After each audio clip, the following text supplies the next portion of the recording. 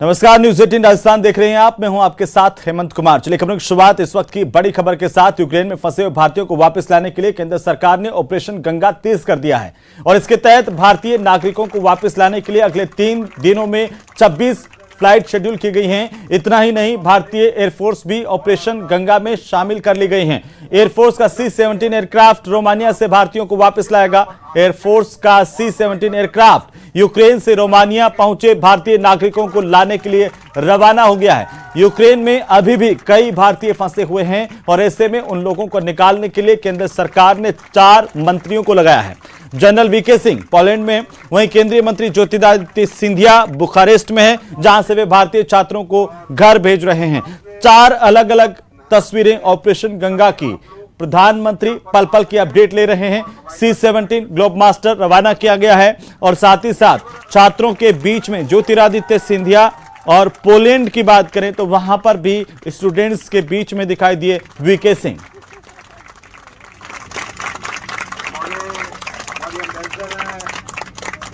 नगमा मलिक और इनके स्टाफ ने बहुत मेहनत की है ताकि आप लोग सुरक्षित यहां पर आ सकें।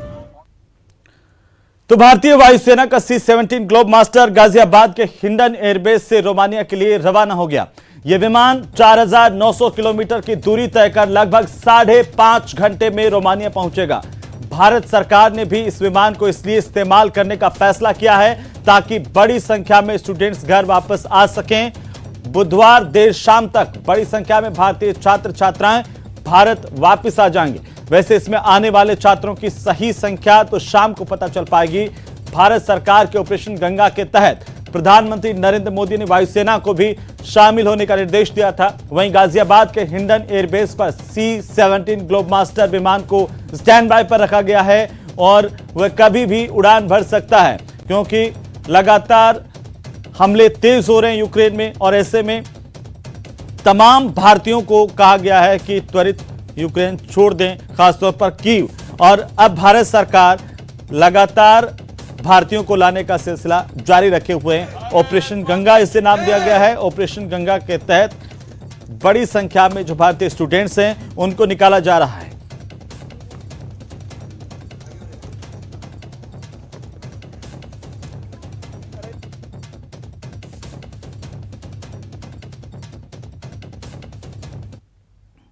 तो यूक्रेन संकट के बीच कई छात्र छात्राएं यूक्रेन से दिल्ली पहुंचे हैं, जिनमें से 12 स्टूडेंट्स राजस्थान के रहने वाले हैं। इन छात्र छात्राओं को दिल्ली से उनके घर भेजने की तमाम व्यवस्थाएं राजस्थान सरकार की ओर से की गई है, जिनमें कई छात्र छात्राओं को दिल्ली से विमान के जरिए जयपुर भेजा जा रहा है। वहीं कई स्टूडेंट सड़क मार्ग से अपने घर पहुंचेंगे। राजस्थान सरकार के कई अधिकारी दिल्ली एयरपोर्ट पर मौजूद हैं और सभी स्टूडेंट्स को तमाम तरह की सुविधाएं उपलब्ध करवाई जा रही हैं, यानी कि उनके घर सलामती के साथ, आसानी के साथ पहुंचने का पूरा इंतजाम राजस्थान सरकार की ओर से किया हुआ है। मुख्यमंत्री अशोक गहलोत खुद पल पल की अपडेट ले रहे हैं, यूक्रेन के हालातों पर नजर बनाए हुए हैं। इस वक्त मैं दिल्ली एयरपोर्ट पे हूं और दिल्ली एयरपोर्ट पे मैं दिखाना चाहूंगा काफी जो छात्र छात्राएं जो हैं एक साथ में, ये सभी राजस्थान मूल के रहने वाले हैं। इन छात्रों से ही बात करते हैं। सबसे पहले आपसे मैं बात करता हूं, क्या नाम है और कहाँ के रहने वाली हैं? किंजल त्रिवेदी, बांसवाड़ा से हूँ। जिस तरह से हालात थे वहां पर और उस हालात के बाद आप लोग निकल के यहाँ पे सुरक्षित पहुंचे हैं, आपकी पहली प्रतिक्रिया? सबसे पहले तो प्राइम मिनिस्टर को और इंडियन एम्बेसी को और डॉक्टर अमरीक सिंह ढिल्लन को थैंक यू बोलना चाहेंगे कि हम लोगों को सक्सेसफुली इवैक्यूएट किया, बहुत स्मूथली, बिना किसी टेंशन के।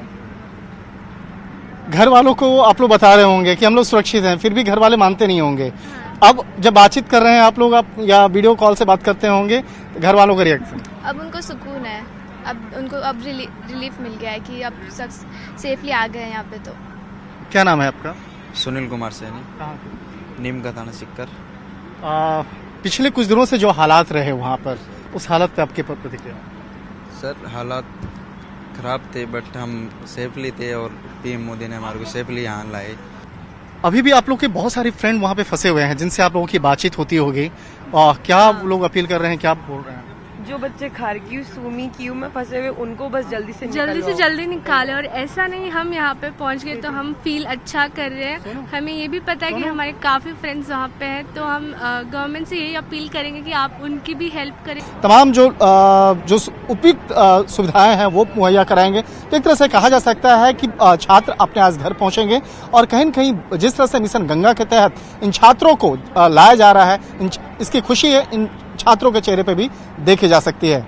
वीडियो जर्नलिस्ट जगदीश के साथ शंकर आनंद, न्यूज़ 18, दिल्ली एयरपोर्ट।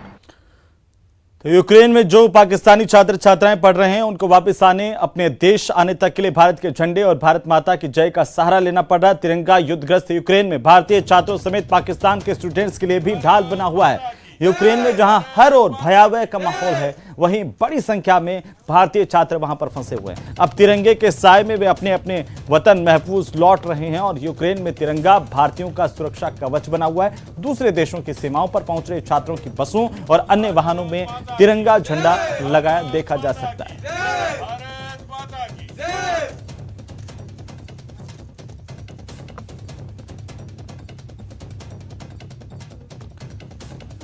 3 अलग अलग तस्वीरें इस वक्त हम आपको दिखा रहे हैं। बीच की तस्वीर सीधी तस्वीर है जहां पर लगातार स्टूडेंट्स के घर लौटने का सिलसिला जारी है। ऑपरेशन गंगा एक तरफ जारी है और दूसरी तरफ जो है 3 अलग अलग तस्वीरें दिखा दिया। वो एक तरीके से यूक्रेन में खड़ा होके भी सेफ था, तो बहुत सारे दूसरे देशों के बच्चों ने भी भारत के झंडे दिखाने शुरू कर दिए थे सेफली निकलने के लिए। कितना प्राउड है आपको इस बात का, भारत का झंडा आपके देश का झंडा है? एक्चुअली हमारे जो फ्लैट है, फ्लैट के यहाँ पर आर्मी से हमारी ऐसी बात हुई थी, तो वो कह रहे थे कि आपका जो है इंडियन फ्लैग है और आप इंडियन हो तो आपको इतनी डरने की जरूरत नहीं है क्योंकि इंडिया रशिया का सब ठीक चीज है। तो हम लोग ने वैसी फटाफट फ्लैग अरेंजमेंट की और जैसी हमारी बस जैसी हुई तो हम लोग ने बस के सामने 2 इंडियन फ्लैग प्रॉपर बिगेस्ट बड़े बड़े लगा दिए ताकि हमको फ्री क्लियरेंस मिले। और एक्चुअली वो काम किया क्योंकि इंडियन फ्लैग देखे लोगों ने देखा कि ये सब इंडियन बच्चे मेडिकल स्टूडेंट्स हैं, तो उनको हमको अलाउंस मिलता है कैसे। यस मैम, वो फ्लैग मैंने अरेंज करा था। मैं भाग के जाके मार्केट गया, कलर स्प्रे लेके आया, फिर मैंने 6 कलर स्प्रे खरीदे। फिर मैं दूसरी दुकान पे गया, मैं कर्टन लेके आया, मैंने कर्टन काटा, फिर वो हैंड टू हैंड स्प्रे बनाया। वो मेरे पास वीडियो भी है। फिर हम जब घर से निकल रहे थे पूरी बस पे फ्लैग लगाए, फिर हमने नेशनल एंथम गाया, उसके बाद फिर हम निकले। तो कहीं पर मैं पढ़ रही थी कि एक टर्किश बच्चे ने, एक पाकिस्तानी बच्चे ने, सबने भारत के झंडे पकड़ लिए थे ताकि उन्हें उनको हेल्प मिल रही थी मैम जल्दी। इसमें ऐसी भारतीय झंडा काम आया। जी, भारतीय झंडे और भारतीय दोनों काम आए। और अब बात राजसमंद के एक छोटे से गांव उठाड़ा की, जहां से मेडिकल की पढ़ाई करने के लिए यूक्रेन गया गजराज अब सकुशल वापस घर लौट आया है और इसके लौटने से उसके घर की रौनक भी लौट आई है। रिपोर्ट देखिए। गजराज की सकुशल वापसी से उसके परिजन बेहद खुश हैं। गजराज के परिवार के साथ साथ उसके गांव उटाड़ा के लोग भी अब राहत की सांस ले रहे हैं, जहां से मेडिकल की पढ़ाई के लिए महज 2 महीने पहले ही गजराज सिंह चौहान यूक्रेन गया था। गजराज का कहना है कि राज्य और केंद्र सरकार की मदद की वजह से युद्धग्रस्त यूक्रेन से उसकी सकुशल वापसी संभव हो पाई है। सरकार ने पूरी मदद सिर्फ सरकार ने की है। हमारे तो हमने कुछ मतलब खुद के ऊपर कुछ नहीं लिया है। जितना भी करवाया इंडियन एम्बेसी, इंडियन गवर्नमेंट, किराया सब कुछ किराया भी उन्होंने दिया है। जब तक गजराज यूक्रेन में था तब तक उसके परिजन बेहद सदमे में थे, लेकिन अब वो बेहद खुश हैं और इसके लिए सरकार को धन्यवाद दे रहे हैं। और जब यहाँ आ गया तो खुशी हुई और जो है मैं अच्छा सरकार और जो है केंद्र सरकार दोनों का जो है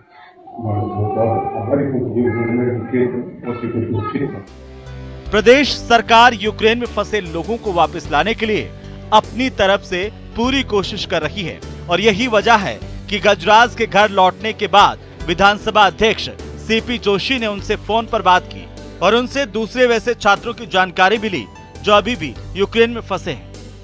आप उसका डिटेल भेज दो तो हम उसकी कोशिश करके यहाँ से जो राजस्थान सरकार कर रही है एम्बेसी से कोशिश करके बात करते हैं। गजराज घर तो लौट आया है, लेकिन अब भी वो यूक्रेन की बात सोचकर सिहर उठता है। उसके मुताबिक यूक्रेन में इस वक्त हालात बेहद खराब हैं। हमारे तो हमने कुछ मतलब खुद के ऊपर कुछ नहीं लिया है। जितना भी करवाया इंडियन एम्बेसी, इंडियन गवर्नमेंट, किराया सब कुछ किराया भी उन्होंने दिया है और पूरा घर तक लगे छोड़ा है। ऑपरेशन गंगा के तहत केंद्र सरकार तमाम प्रदेश सरकारों के साथ मिलकर यूक्रेन से हजारों भारतीय स्टूडेंट को वापस लाने में लगी है और उम्मीद है कि ऑपरेशन जल्द ही पूरा हो जाएगा। राजसमंद से न्यूज़ 18 के लिए अलकेश सनाडे की रिपोर्ट। और इसी बीच हम आपको सीधे लिए चलते हैं राजस्थान विधानसभा, जहां पर कार्यवाही अब शुरू हो गई है। तो राजस्थान विधानसभा का बजट को लेकर के चर्चा सदन में, सीधी तस्वीर आपकी टीवी स्क्रीन पर। सर 17/7/19 को जो क्रॉप कटिंग की रिपोर्ट दे दी गई, स्पष्ट प्रावधान है फसल बीमा में क्रॉप कटिंग ही फसल बीमा क्लेम का आधार है। अध्यक्ष महोदय बार-बार ये चिट्ठी भेज रहे। अंकित नहीं होगा प्रताप सिंह, अंकित नहीं होगा, अंकित नहीं होगा, अंकित नहीं होगा। जब कह दिया वो मान लिया उन्होंने, फिर भेज कर अंकित है। प्रताप सिंह, मिस्टर प्रताप सिंह ने पूछा। प्रताप सिंह अगला प्रश्न संयम लगा। प्रताप सिंह ने 126 माननीय मंत्री जी, अंकित नहीं होगा, बीमा कंपनी को पैसा देने की बात, अंकित नहीं होगा। प्रताप सिंह बेटे, प्रताप सिंह बेटे प्लीज बोले माननीय मंत्री। अध्यक्ष महोदय खंड 1 माननीय मंत्री जी। जी हाँ अध्यक्ष महोदय खंड 1 जी हाँ 12 जिले की लासी परियोजना सिंचाई परियोजना अंतर्गत निर्मित बांध आधारित लासी पेयजल परियोजना दिनांक 31/8/2016 को पूर्ण की जाकर छबड़ा एवं छिपा बड़ौद कस्बों में स्वच्छ पेयजल आपूर्ति की जा रही है। खंड 2 जी हाँ विवरण निम्नानुसार है। श्री कैलाश चंद जैन निवासी चौधरी मोहल्ला वार्ड नंबर 17 छबड़ा द्वारा लासी पेयजल परियोजना से कस्बा छबड़ा व कस्बा छिपा बड़ौद अनुबंधक फर्म डारा कंस्ट्रक्शन एवं I will name you don't disturb. जब उन्होंने कह दिया है कि कर रहे हैं, उसके बाद बोले जा रहे हैं। आप बाद में बोलेंगे, अलग ढंग से लेकर आए प्रश्न को माननीय मंत्री जी। छिपा बड़ौद में अनुबंधक फर्म डारा कंस्ट्रक्शन एवं वितरण कंपनी रायबाग जोधपुर द्वारा निर्धारित मानक गुणवत्ता अनुरूप पेयजल आपूर्ति नहीं करने तथा लापरवाही करने बाबत पुलिस थाना छबड़ा में दिनांक 30/6/2021 को प्रथम सूचना रिपोर्ट दर्ज कराई गई थी। थानाधिकारी पुलिस थाना छबड़ा से प्राप्त सूचना के अनुसार उक्त प्रकरण वर्तमान में अनुसंधान में है। दिनांक 26 अंदर सरकार ने घोषणा इस बात की कि 2017 के अंदर जो सरकार ने आदेश निकाला था उससे कर्मचारियों के अंदर काफ़ी आक्रोश था। उस आदेश को हम वापस करते हैं और कर्मचारियों को लाभ देने के लिए, और इनके कांग्रेस के अध्यक्ष गोविंद सिंह डोटासरा जी कह रहे थे बढ़ चढ़ के कि बाबुओं को भी 4000 रुपये अतिरिक्त मिलना शुरू हो जाएंगे, इससे लाभ मिलेगा। लेकिन एसीपी स्कीम को चेंज करके और ग्रेड पे लागू करने के उपरांत लेवल 5 के जितने भी कर्मचारी है, जिसमें एलडीसी भी है, पुलिसकर्मी भी है, ग्राम सेवक भी है, जिसके अंदर कृषि पर्यवेक्षक भी है, इन सब का 9 साल के अंदर 100 रुपये कम किए हैं, 18 साल के अंदर 300 रुपये कम किए हैं। तो वास्तव में राजस्थान के मुख्यमंत्री जी को जादूगर कहते हैं। ये जादुई आंकड़ा दिखाने के प्रयास किया है, लेकिन उससे कर्मचारियों का अहित होने वाला है। बजट सत्र के ऊपर चर्चा होगी और देर तक सदन चलने की संभावना है, क्योंकि काफी माननीय सदस्यों को बोलना है और कल सीएम साहब का रिप्लाई होगा। 4 बजे प्रतिपक्ष नेता बोलेंगे और उसके बाद सीएम साहब रिप्लाई देंगे।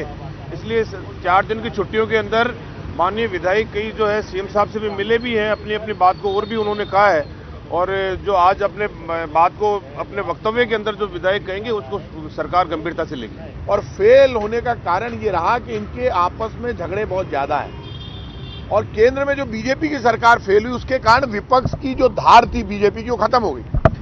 मोदी है तो मुमकिन है का नारा देते थे। अब इस देश के जो हालात बिगड़े उसमें केंद्र की मोदी सरकार तो एक भी वादा पूरा कर नहीं पाई। लगातार मुख्यमंत्री अशोक गहलोत छक्के मार रहे हैं, और छक्के मारने के साथ जनता के आंख का दर्द वो समझते हैं, उनकी तकलीफ समझते हैं, और तकलीफ समझकर उन्होंने जो बड़ा डिसीजन लिया, राजस्थान के हर जगह शहरी रोजगार गारंटी कानून लागू कर दिया। जैसे देश में नरेगा लागू हुआ था, महात्मा गांधी रोजगार गारंटी कानून ग्रामीण में मनमोहन सिंह जी की सरकार के समय सोनिया जी ने जो लागू किया था, उससे पूरे देश में गाँव में लोगों को रोजगार मिला। अब शहरों में रोजगार मिलेगा। ये जो बीजेपी के लोग कह रहे हैं कि आप ये दे नहीं सकते, इनको सौगंध है, कोर्ट में जरूर जाना, सिर्फ बयान मत देना। दिक्कत क्या है कि ये बीजेपी के जितने भी नेता हैं सिर्फ बयान देते हैं यहाँ पर, बयान देकर अखबार में खबर छपवाते हैं, उसके बाद कोर्ट में नहीं जाते। अब ये कोर्ट में फैसला होना चाहिए कि बीजेपी कितना जबरदस्त झूठ बोलती है। अगर नहीं लगाया गया तो संवेदक के खिलाफ विभाग ने क्या कार्रवाई की, ये भी बताने की कृपा करें। माननीय अध्यक्ष महोदय, पेयजल की गुणवत्ता 3 तरह के मानक हैं इसके लिए।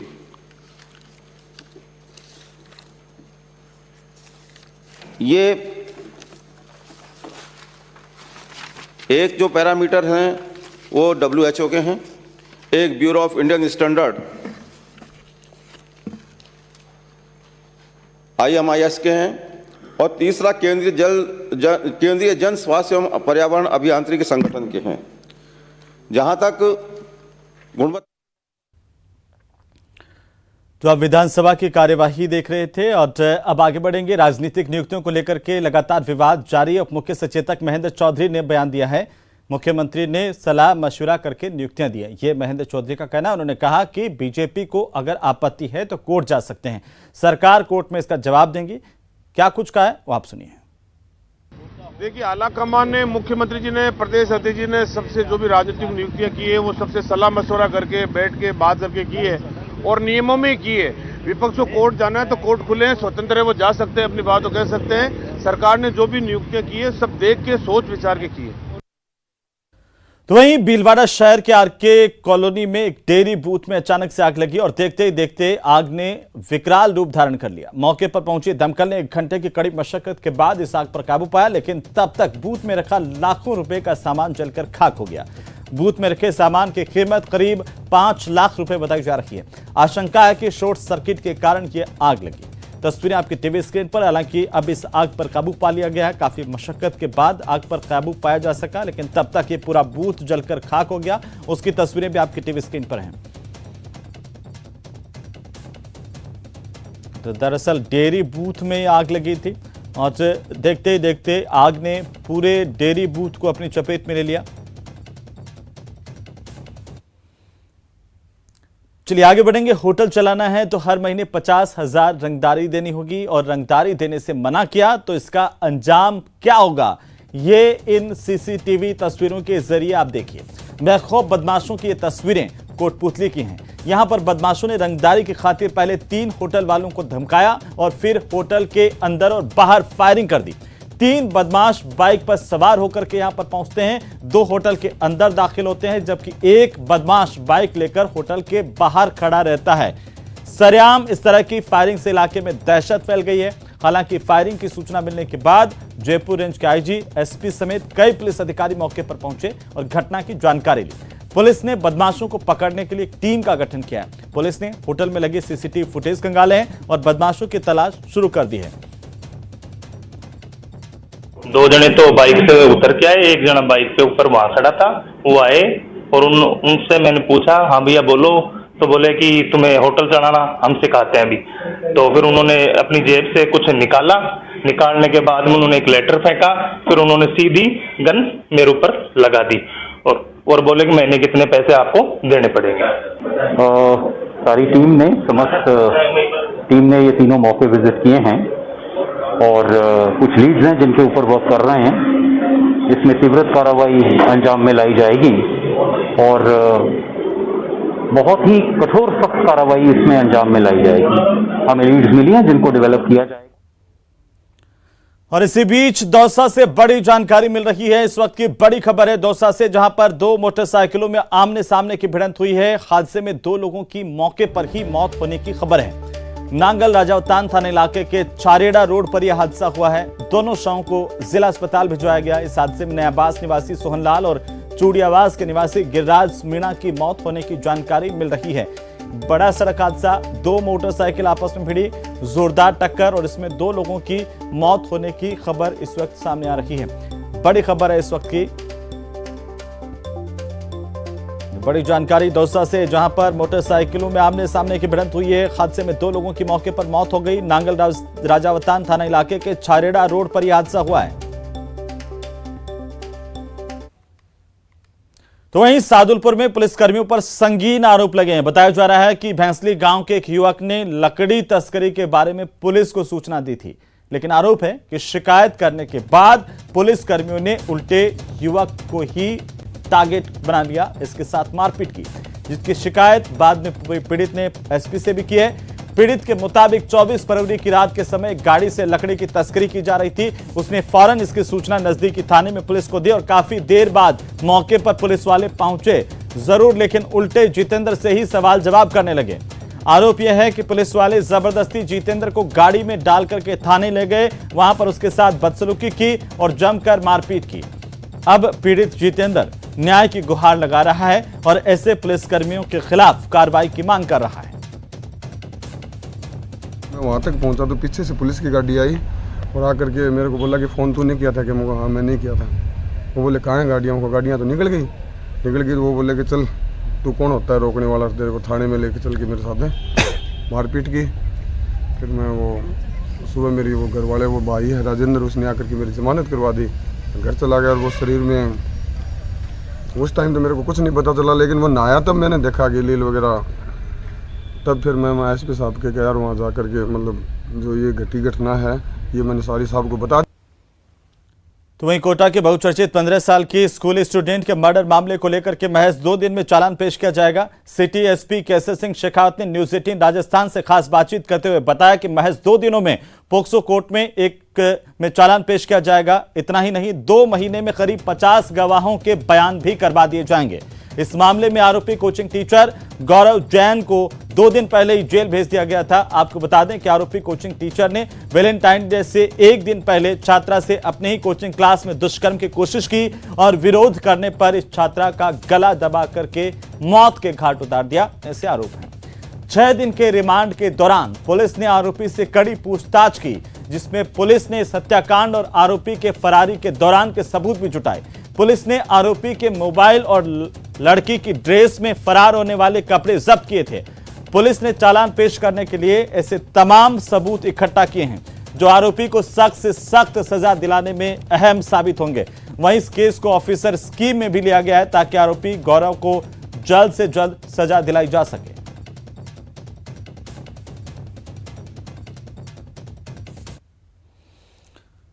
तो चलिए अब बात करेंगे रीट लीक्स मामले की, क्योंकि रीट लीक्स मामले में एक और गिरफ्तारी हुई है। एसओजी ने जालोर के भीनमाल से जेईएन अशोक विश्नोई की गिरफ्तारी की है। अशोक विश्नोई जेवीवीएनएल में अभियंता है और अब तक एसओजी ने 41 आरोपियों को गिरफ्तार किया इस पूरे मामले को लेकर के। एसओजी को विश्वास है कि इस गिरफ्तारी से रीट लीक्स की कुछ और परतें खुलेंगी, कई और लोगों के नाम भी सामने आ सकते हैं। लगातार कई लोग इस पूरे मामले को लेकर के एसओजी के रडार पर हैं, जिन्हें लेकर के एसओजी लगातार छानबीन कर रही है और उसके बाद एक गिरफ्तारियां भी हो रही हैं।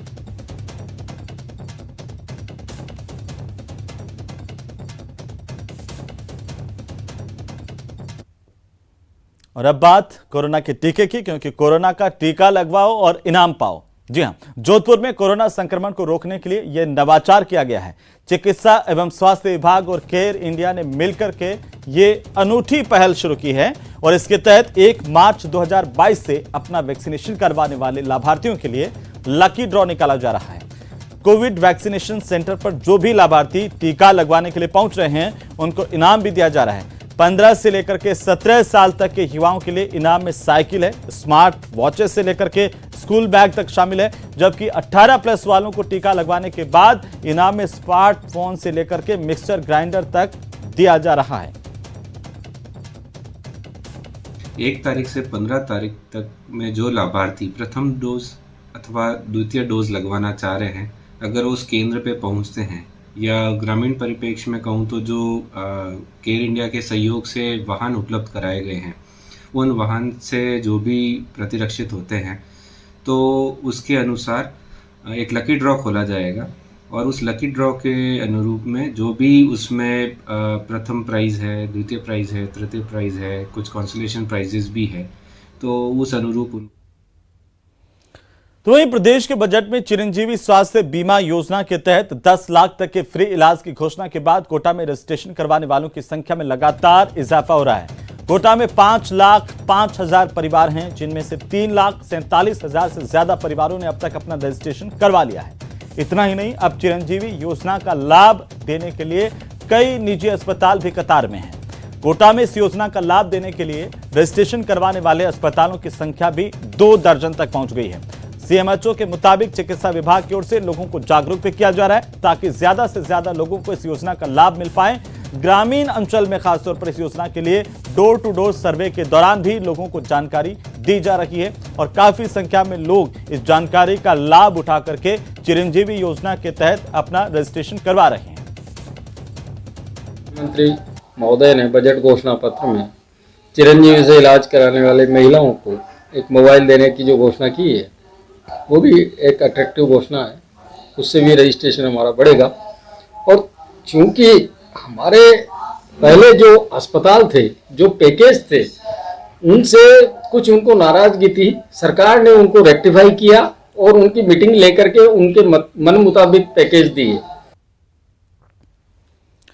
चलिए आगे बढ़ेंगे। टोंक के उनियारा में तैनात कांस्टेबल केदार प्रजापत ने मानवता की मिसाल पेश की है। केदार प्रजापत ने सड़क पर मेले कुचले कपड़ों में बेसहारा घूम रहे बुद्धि प्रकाश नाम के एक बुजुर्ग की सूरत बदलने का काम किया है। केदार प्रजापत ने पहले असहाय बुद्धि प्रकाश को थाने लेकर के वे पहुंचे और फिर उनका हेयर कट करवा करके उन्हें पूरी तरह से नहला धुला करके नए कपड़े पहनाए। तस्वीरें हम आपको दिखा रहे हैं इस आपकी टीवी स्क्रीन पर। नए कपड़ों और हेयर कट के बाद बुद्धि प्रकाश पहचानने में नहीं आ रहे हैं। आपको बता दें कि 60 साल के बुद्धि प्रकाश मीना उनियारा के गांगली के रहने वाले हैं और बेसहारा होने की वजह से वे सड़क पर जीवन यापन करते खानाबदोश की तरह से। केदार प्रकाश का यह कहना है कि पुलिस को अपराध पर लगाम लगाने के साथ साथ कुछ ऐसे भी काम करने चाहिए जिससे लोगों की सेवा हो सके और इसी वजह से उन्होंने बुद्धि प्रकाश की मदद की है।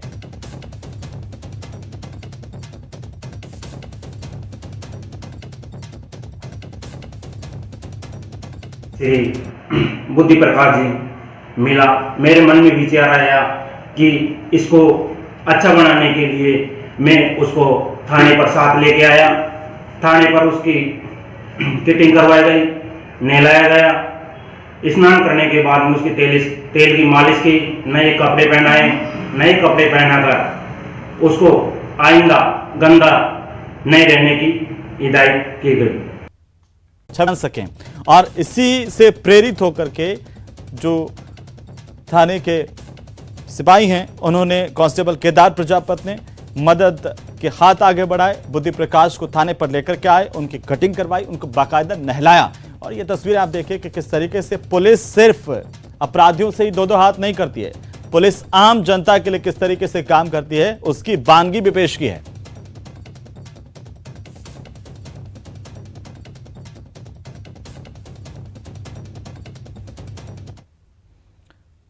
तो चलिए इसी के साथ ही इस बुलेटिन में फिलहाल इतना ही। आप देखते रहिए न्यूज़ 18 राजस्थान। नमस्कार।